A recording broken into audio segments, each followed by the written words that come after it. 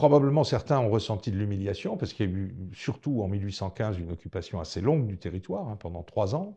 Ça a été aussi un soulagement, parce que l'invasion de 1814 et, on va dire, la folie des 100 jours, ont véritablement, on a renvoyé à la guerre des jeunes qui venaient de rentrer, les prisonniers de guerre ont été obligés de remettre 200 000, hein, quand même, qui rentrent de l'étranger, ont été obligés de repartir, et puis surtout cette catastrophe, quoi, la bataille de Waterloo, qui plus tard sera chantée comme la plus grande défaite glorieuse de l'histoire de France. Elle est quand même ressentie comme une catastrophe. Et puis il faut dire aussi, mais nous ne sommes pas là pour parler de lui, que Louis XVIII a été un roi particulièrement habile.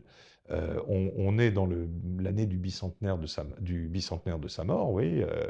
Ça passe un tout petit peu inaperçu. Il y a une exposition aux archives diplomatiques là-dessus.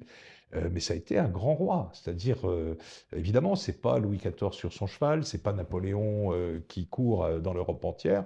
C'est un gros bonhomme qui n'arrive pas à se lever de son fauteuil, qui est d'une prétention et d'une vanité inouïe, mais qui a eu une finesse politique qui fait qu'on a réussi, sans trop de casse, la transition entre un empire républicain, si vous voulez, puis le retour d'une monarchie qui paraissait traditionnelle.